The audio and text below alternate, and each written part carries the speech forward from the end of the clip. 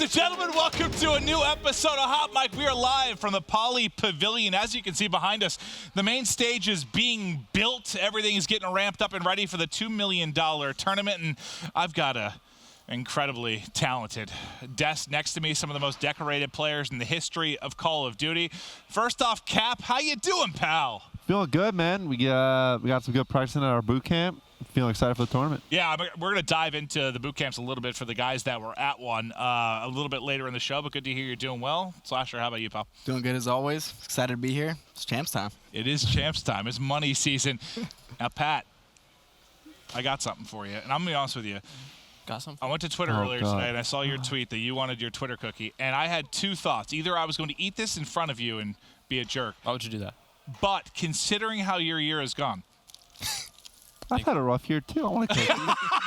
I got you a cookie. Listen, bro, you want a map. Can we split it? I did win a map. So I got the cookie for you. Thank you. Were you there earlier today or no? I wasn't. Oh, I thought you went and then forgot to grab one. No, yeah, we didn't have time to go. They had these chocolate cookies there. I ate like 3 of them, and then I had to shoot this video right afterwards, and I was sweating from eating all the cookies. I'm gonna call Rishi then because I really want a chocolate cookie as well. No, it was incredible. It was I incredible. like cookies, dog. Wait. I know. Well, let's get into it. So we got to talk about champs a little bit, the boot camp, pools, all that stuff. But I kind of want to talk about the year here thus far because you guys have all kind of teamed in the past. You two back during AW when you nearly had the champs run. You guys won back in Black Ops 3. There's a lot of history here, obviously.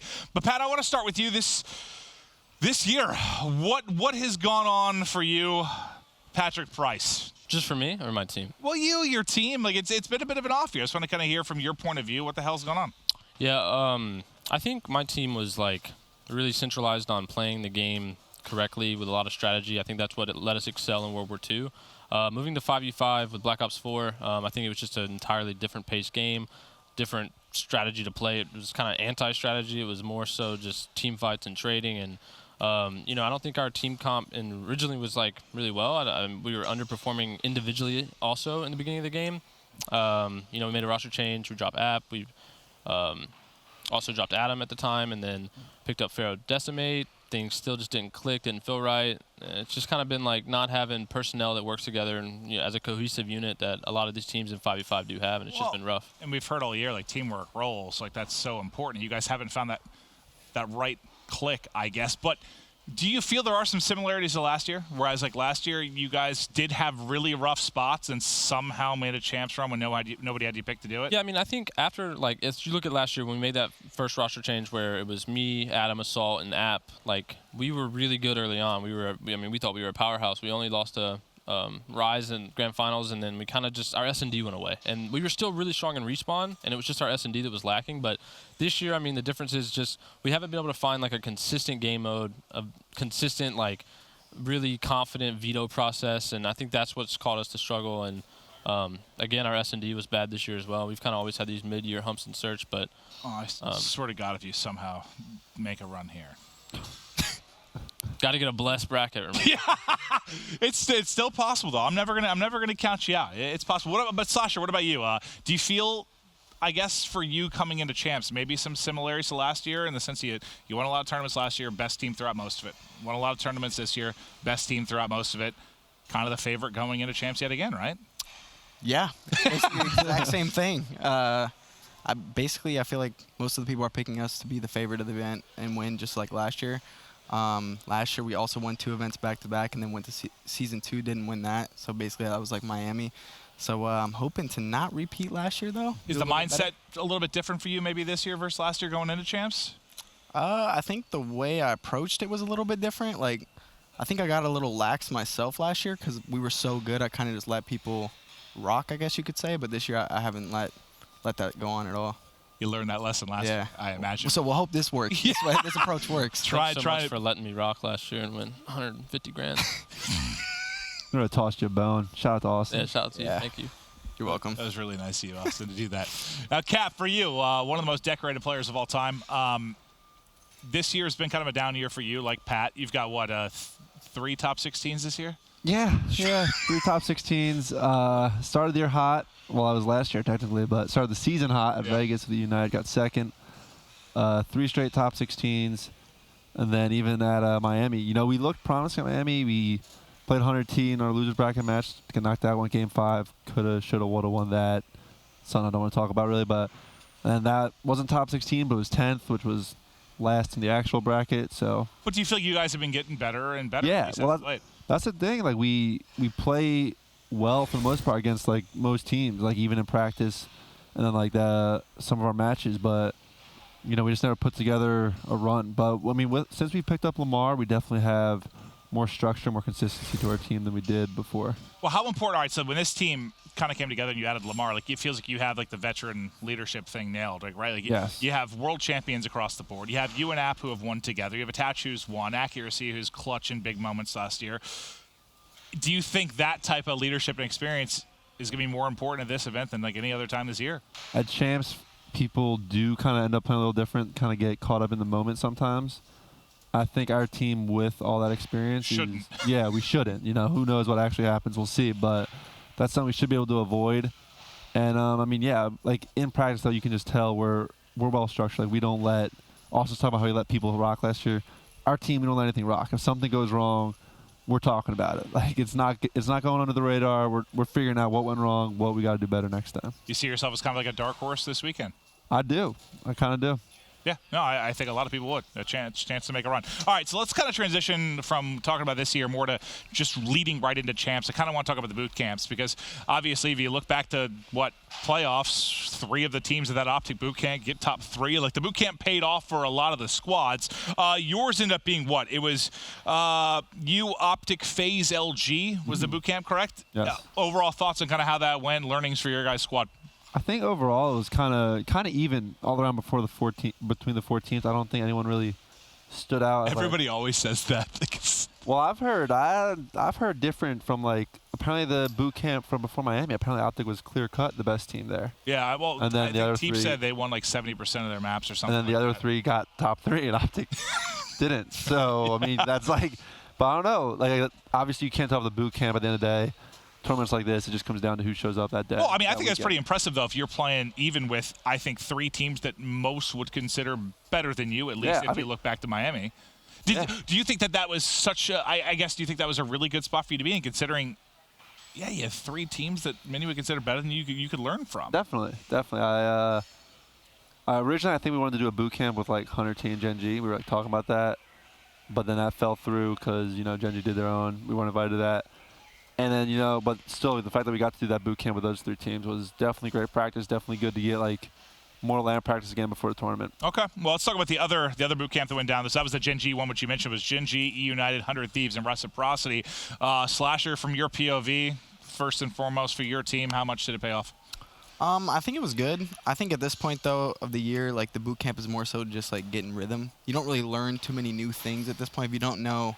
Like the week before Champs, you're not going to know at Champs. I feel like you've had some time to learn. You've had like 9 months to learn, so I think it was more so just for us, just getting in rhythm and actually seeing what our map pool was on LAN, because our map pool online is different. Like we're better at maps on LAN than we are. Like it's weird. That's why I think our vetoes were bad at Miami, because leading up, our map records online were way different than how they were on LAN. Well, I think when I talked to Enable before, he was on Hot Mic before playoffs, and he said if we were asked to go to a boot camp, we probably wouldn't because we don't want teams to learn from us. Did that kind of shift because of the performance at Miami, or are you planning to do one for Champs no matter what? No, so I think Ian said it a little bit wrong. We weren't going to go to the Optic boot camp. Okay. We would have boot camped with other teams, but Optic, like... That one didn't make sense for you? No, that one didn't make sense, and it was more so just the fact that, like, when we did go there, they were late every single day. And it kind of like, it ticked me off a lot because if I'm showing up, I want you to be there on time. So, Cap, were there any issues like that at this most recent boot camp? Yeah, Optic's always late.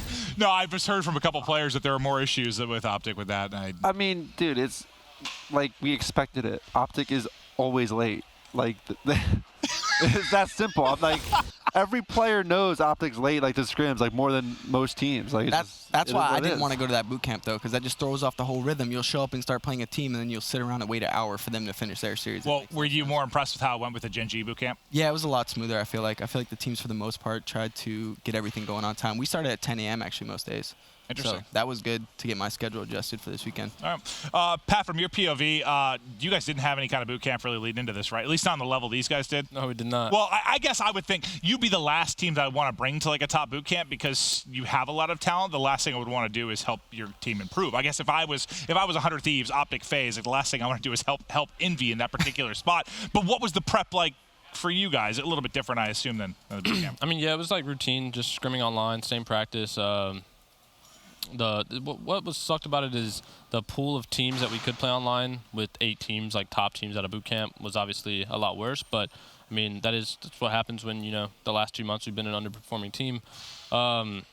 I guess just for the most part, just figuring out how we're gonna veto, because I think we had the same issue Austin did, where our map pool online was a lot different than it was on LAN. Has it been that in years past, or is that something more this year? I think it's way more this year. Yeah, I think so it's too. way more this year. I mean, look, we showed up to Miami and we played a series that was freak, and we picked 1 and 3 freak, and so like we now know like it didn't work at Miami. Can we fix it? Like it was just we were so confident going in Miami because that was our online record, and it just didn't show up at that event. Well, I think I casted that with Joe, and Joe was like, "Why are they playing frequency?" Because like just based on your team comp, he thought it would be a little more ARIV, and they saw you on frequency, and you guys were getting fried, and Joe was like, "What the hell?" Well, yeah, but like 2 months ago though, when we first made this team, we were so good on freak, but I think that was also that honeymoon period where we were just like running around and gunning all together, and we didn't really figure out how to play the other maps as a team yet. So I guess in the last 2 weeks while Teams Bootcamp, we really just focused on figuring out our map pool and our veto process. Interesting. Okay, well, I'm going to keep it with you, Pat. I do want to talk about kind of last year, but then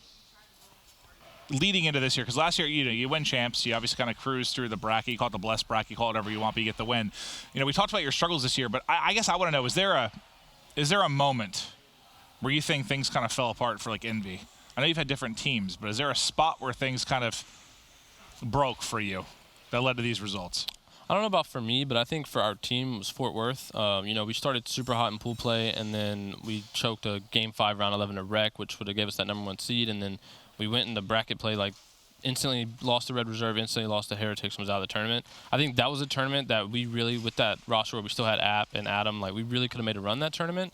So I think us just underperforming there after Vegas, it was just kind of morale-wise, we all got down on it, and then it kind of forced a change. So you think if you performed well there, you would have had more time maybe to improve with that roster? Yeah, I think we would have for sure stuck with that team, yeah. Interesting. Okay. I was just curious if there was a spot, because usually I feel like there's got to be like one sort of first domino, right? Well, if you look at Pro League, we started 6-5, but out of that 6-5 record, we had 4 Game 5 round 11 losses. So we could have easily have been, let's say we won 50%, a top 2 team in Division B. So that was your EG team last year, too. Yeah, so it was, but I mean, that was our team at Vegas as well. We lost a ton of Game 5s, a ton of round 11s, and I think closing in general was our team's problem on this game so far, and hope to fix that here. Okay. All right. And Cap, to you. Which I said to you earlier, like, yeah, I knew that. You've been in the most grand finals when you talk about champs. Of any player, you've been in the most, which is pretty absurd. How the hell do you continue to get to these finals? I don't know. I don't have a good answer for you there. Teams. I mean, I said it earlier, kind of like, dude, when it comes to champs, it's just like all the prep, all the work that goes in, like it just comes down to who plays well that weekend, who shows up. Like, Call of Duty is so day to day. I think any pro player will tell you that. Like, if you have a bad day and it just happens to be on a Saturday or Sunday at a big tournament, well, there goes your tournament, But I mean, yeah, my teams have just showed up at tournaments. We put in the practice, we learn how to play the game the right way typically, and like I mentioned before, also when you show up and you minimize mistakes and you're playing well as a team and you don't do those things where it's like, oh, I'm gonna make this individual play, like, and you play the way you practice. That's what really shows throughout these big tournaments. I hear like they're literally building the stage behind us. I've heard someone apparently just dropped a large piece of metal. But yeah, bear with us. They're legitimately putting everything together for what's going to be the biggest event of the year, and I can't wait to get into it. All right, Slasher, for you. You tweeted the other day something along the lines of, whoever's been cursing me at these $1 million tournaments, since Black Ops 3, could you stop messing with me now? Do you really just feel? Why do you think it's been those big tournaments when you perform so well at majors? I mean, I don't really know what it is. I don't know, because I feel like a few of the tournaments I've played even better than I did at the tournaments that I've won. Like IW Champs, for instance, I played amazing at that tournament. I don't remember what really happened, but Cap, what were your stats for that event? Nah. No, I was kidding. He instantly just looked over at me. He was Yeah, like, come on. I hate talk about that. No, I bro. know. No, Even like World War II also, like Season 2 was a pretty big event. I feel like I played better at that event than I did at Anaheim in Seattle, which we won. I don't know. It's just a weird thing. No, that's it's wild to see how this is going to play out. I do want to talk a little bit about pools too. I mean, obviously these pools are a little bit different than your majors in the sense it's not 4 pro teams. You have half pro teams, half amateur teams. But I just want to see if you guys have any particular insight or thoughts on how these are going to play out. We'll start with Pat. Any major thoughts on your pool and chances to get out of it?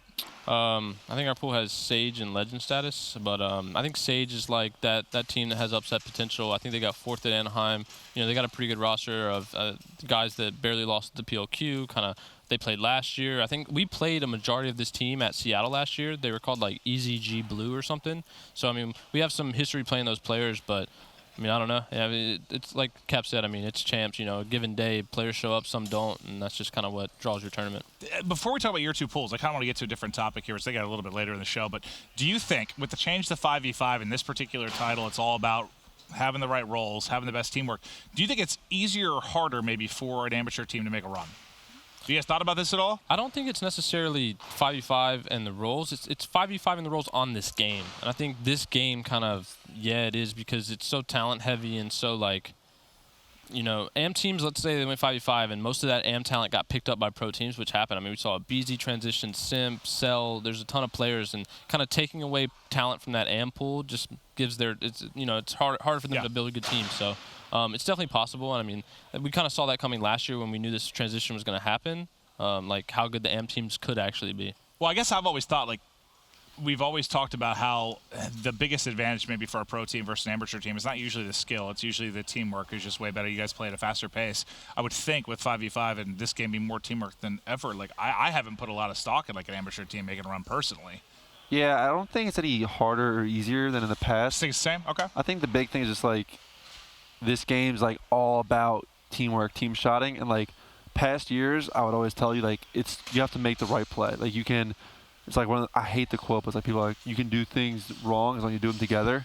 I think it's so stupid in past CODs. But this game, for the first time, it is kind of true. Like, you guys can do, like, the wrong play or, like, the lower percentage play, but if you do it together at the right time, it can work. And because if you have numbers, yeah, the numbers can really play. Everyone has 150 health, and they're stim shotting. They're instantly back to 150 health, so it's... I mean, this is the first COD where numbers mean everything. Yeah. Like, it literally means everything. Your first guy Getting dies. A 2-piece is so hard. Yeah. Like, That's why I would say it'd be easier, though. I feel like it's less punishing for, like, if you don't make the right play, but if you have a teammate with you doing the wrong So maybe an easier. Yeah. So you think like a top 8 run by one of these amateur teams maybe a little bit easier than the past? Probably. I would say easier than it would be in, like... Well, I've heard both point of views, so I was just curious what you guys thought. well, also a lot of these amateur teams, because of how the PLQ went this year and how like filtering out pro players went, there's some AM teams that are really like actually should be some pro teams, right? Yeah. I think the Boys is a good case of that. I think War is Josh's team. It's another case of, you know, just past pro players that are now labeled as AM teams who, could make a run. So a ton of experience there in the amateur side of it for sure. Back to the pools though. Slasher, any kind of thoughts about your guys' pool? I mean, I imagine it'll be pretty comfortable for you, but how do you feel heading in? I mean, yeah, I would think so too, but it's like they said, it's champs. I'm not taking anyone lightly. You know, you got to come out and start hot. I feel like if you start first in your pool, that's the most important thing. The teams that we have, like, I don't remember the team names, but like we have Chino's team. They have Chino, Tommy, a bunch of people on there. No, seriously, I've looked at the teams. I remember all the teams by players and not the I don't remember so many new orgs that I just remember by the players. But I mean, those are good players. Chino just got, you know, 1 and 2 events last year, so he's a good player. Basically players that should be in the pro league. And then you have an S&D star team. You can't lose a respawn to a team like that or else you're in trouble. And then Midnight, who's like one of those sleeper pro teams who, like, you have to make sure you're on your They've actually gotten a lot better. Well, they've looked way better than I think most people thought they were going to. That was a team that we, like I said, played a ton in the last 2 weeks because of, you know, the boot camps happening. And I think Frosty really is coming into his own. He's, in my opinion, been the clear-cut best player on that team. I heard the Sog buff, too, has been helping Royalty out a lot. Yeah. And they're well, like, I saw the screenshots of like starting 19 and 1 games. I've seen those. So, I mean, pool play, you can't sleep on anyone because or else you end up in a situation like TK last year where they were 1 map away from not making it to bracket. Or Optic last year. Yeah, well, there you go. Just didn't make Which was our fault, though, because we lost year. to Spaces team. So if we didn't lose to the AM team, we wouldn't have had the chance to beat Optic and knock them out.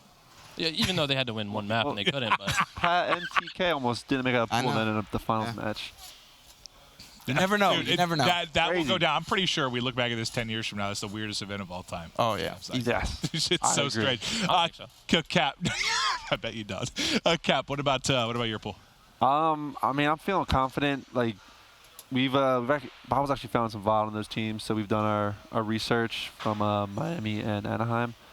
But, I mean, like they were saying again, dude, it's an event. You know, you can't take anyone lightly, especially now. And a few years ago, a chance pool play, Take a couple teams you had lightly. you had at least one match that was basically you could play with your feet kicked up. Yeah. A few years ago, that's how it was. Oh, You yeah. should- We used to not run search strats, remember? I used to be like, just full run under them. Yeah, because you didn't Yeah. want the teams you Just play in bracket play to be able to to watch. watch. Or Yeah, play. so it was like, I just go here. Black Ops do 2, we whatever. didn't run. We wouldn't Do whatever you want, win a search strats. gunfight. And I really think that was just so much based on the fact that if you were so ahead knowledge-wise, like those AM teams didn't stand a chance in Yeah. those past CODs. But now, like, there's so much talent in COD. Like, there's so many players putting in more time than ever. Like, you can't take anyone lightly. Does it Every match can be close. Does it change anything with the pools, considering, like, all right, so in the past, if you weren't aware, when we had our major tournaments, the amateur bracket would feed into the pro bracket. They would join into pool play. This year, it's all been separate. This is the first time they've actually come together. Does that really change anything or not so much? I mean, if anything, I think it hurt the amateur teams. Since give they don't them have less any practice against Yeah. pro But teams. but throughout the year. even then, it's a pretty minimal number of teams that would have gotten that pro practice in throughout the Yeah. Oh, for sure, Four but teams get out. it's still something. I feel like that, like when you're an up-and-coming player, just having some experience under your belt, playing against the top level, it could go a long Just like a way. mental thing, like proving Yeah, yourself. it doesn't necessarily always go a long way, but it could make a big mental difference for some players. And for me, I mean, I think this pool structure, how they formatted it, where like the first, like you had actual seeds falling into each like pool drop, like A to D was like 1 through 4 Yeah. AM teams. I think this was the first year where they actually seeded it really well, and you don't see like any pools that are like, wow, that's a super stacked pool. Like the pools are really even, really spread out. Like the best AM teams are going against the worst pro teams, giving them chances to beat them instead of like the best AM team falling in the 2 best pro team pool and then not being able to come out. Interesting. All right, well, we'll see how it plays out. I wasn't really sure to think about it because there's so many differences this year versus past years. So you think about the pools, you think about the amateur teams. It'll be exciting to see how it goes. I do want to dive a little bit more into the kind of role conversation. It's been sort of a discussion all year, but how important roles are within this game. I guess, are you guys advocates of if things are going poorly? Like let's take Optic, for example, who's been all over the map with their roles. When things are going poorly or depending on placements, do you think it's more important to try and swap the roles around and improve through that, or just stick to your guns and put in the time to improve with the roles you already have? Because you guys have you guys gone through any really role adversity with your guys' rosters? We went through a little since we made the team, mainly since like between Exotic and Attach with War Machine and Tempest, just kind of flip-flopping. Besides that, it's been pretty straight up. I've been a grapple the whole time. Never even considered switching that. Because some teams have been switching not only who's running Mattis, who's running ICR, who's running a SOG, then what specialists people have. Like there's so many different intricacies to this game, I feel like. With our team, I originally ran ICR over Sam. I was the ICR start of player. the I don't year. even Yeah, at the very, very start of the year when we still had Farrell, I started off with the ICR. And I knew pretty quickly, but it was so close to Vegas that we didn't make the switch, but I knew pretty quickly that I needed to switch with him because the ICR role in this game is much more how he plays the AR role than how I play it. Like, I play it in a super aggressive, like, get in your face, you know what I'm saying? Like, No, but I'm not the hill AR player Yeah, I get it. like the most people have to be in this game, so that's why I switched to the Maddox. What about for you, Pat? Is that one of the big struggles of your team?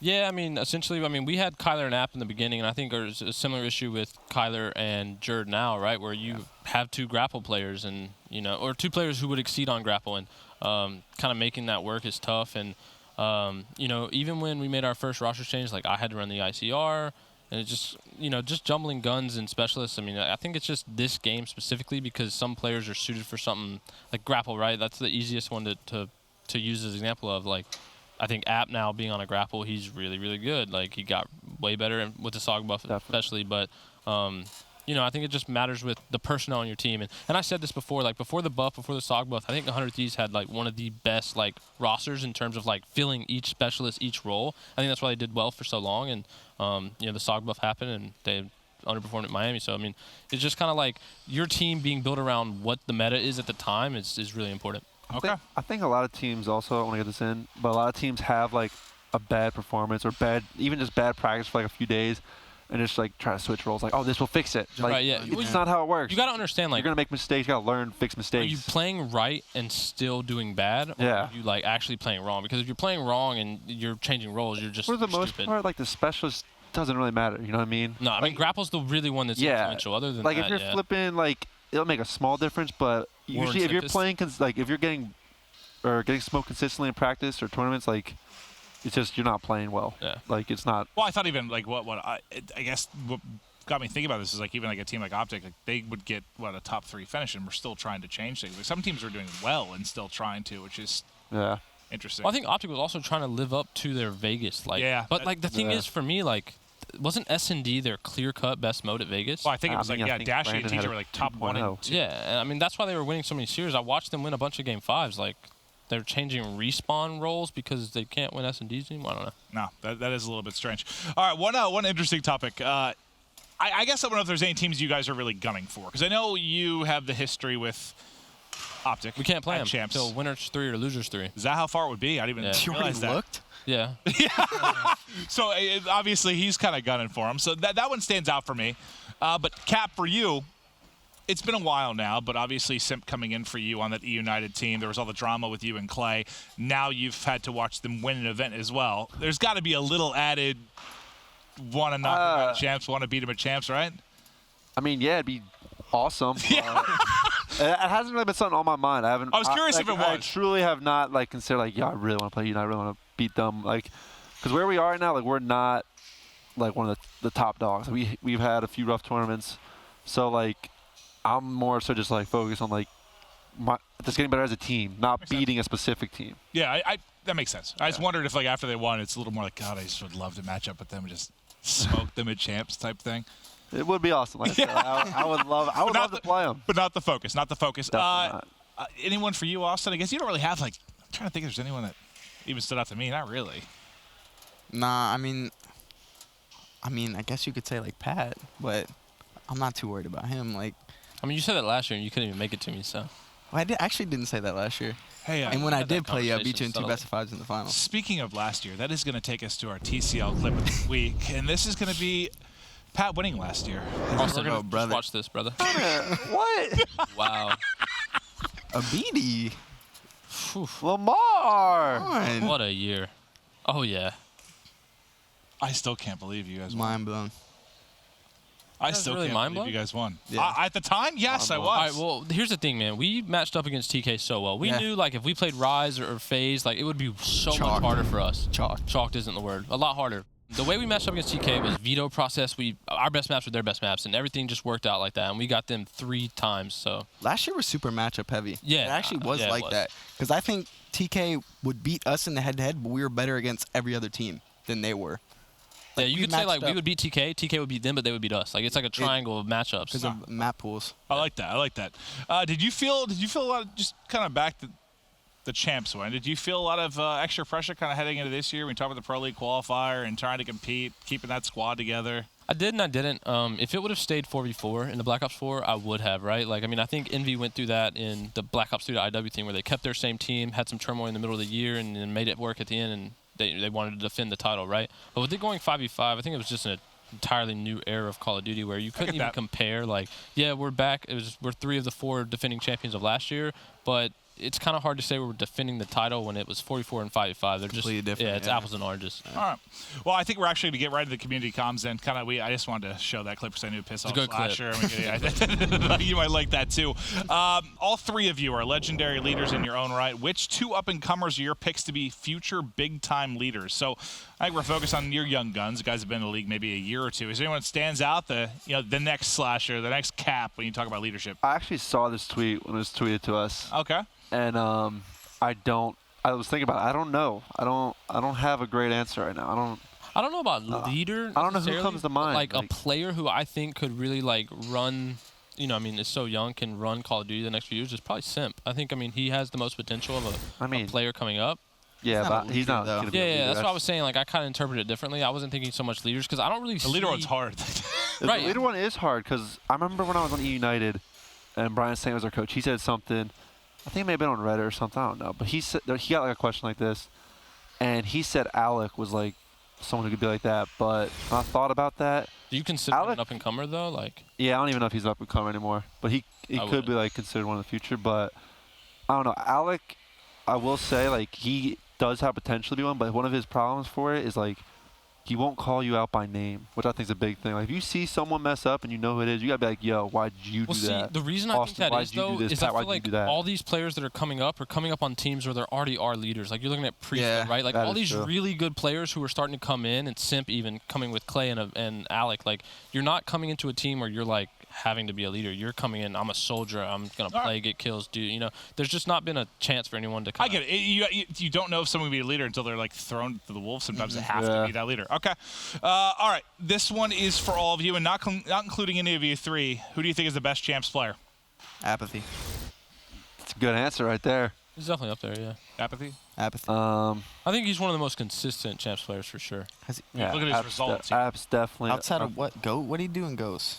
Or like maybe fourth in Ghosts. What? No, I thought you got top Black Cups 16. too. No, Ghosts. He was on SB. They got 4th. Did they get 4th? Oh no, wait. AW was the rough one. AW. But outside of that, he's been amazing. Like on good teams, and has also individually been really good. So 4th, first, second, and then like that bad AW, and he played at Black Ops too. He got bad at Black Ops too. Bad at Black Ops too. Okay. All right. One last question. This will do it for community comms. For any of them, this is from Poopaboo. For any of them, who would you say is your hard counter?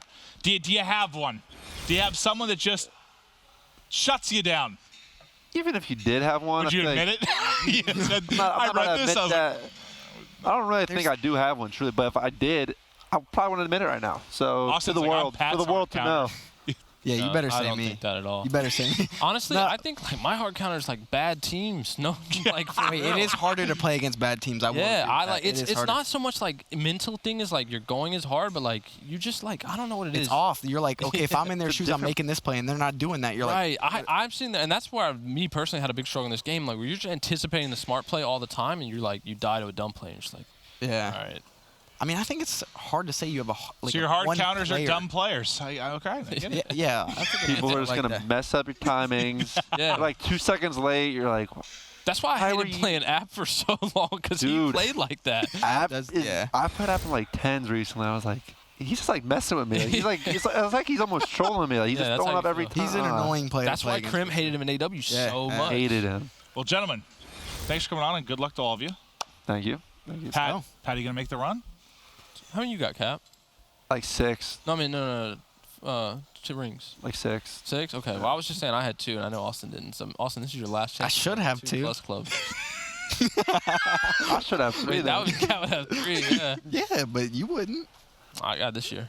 All right, we'll see about that. This year. All right. Well, good luck to everybody. It is time for it to start now. Remember, Wednesday and Thursday are going to be the group play. Friday, Saturday, Sunday, the championship bracket. You don't want to miss it. The matches begin now.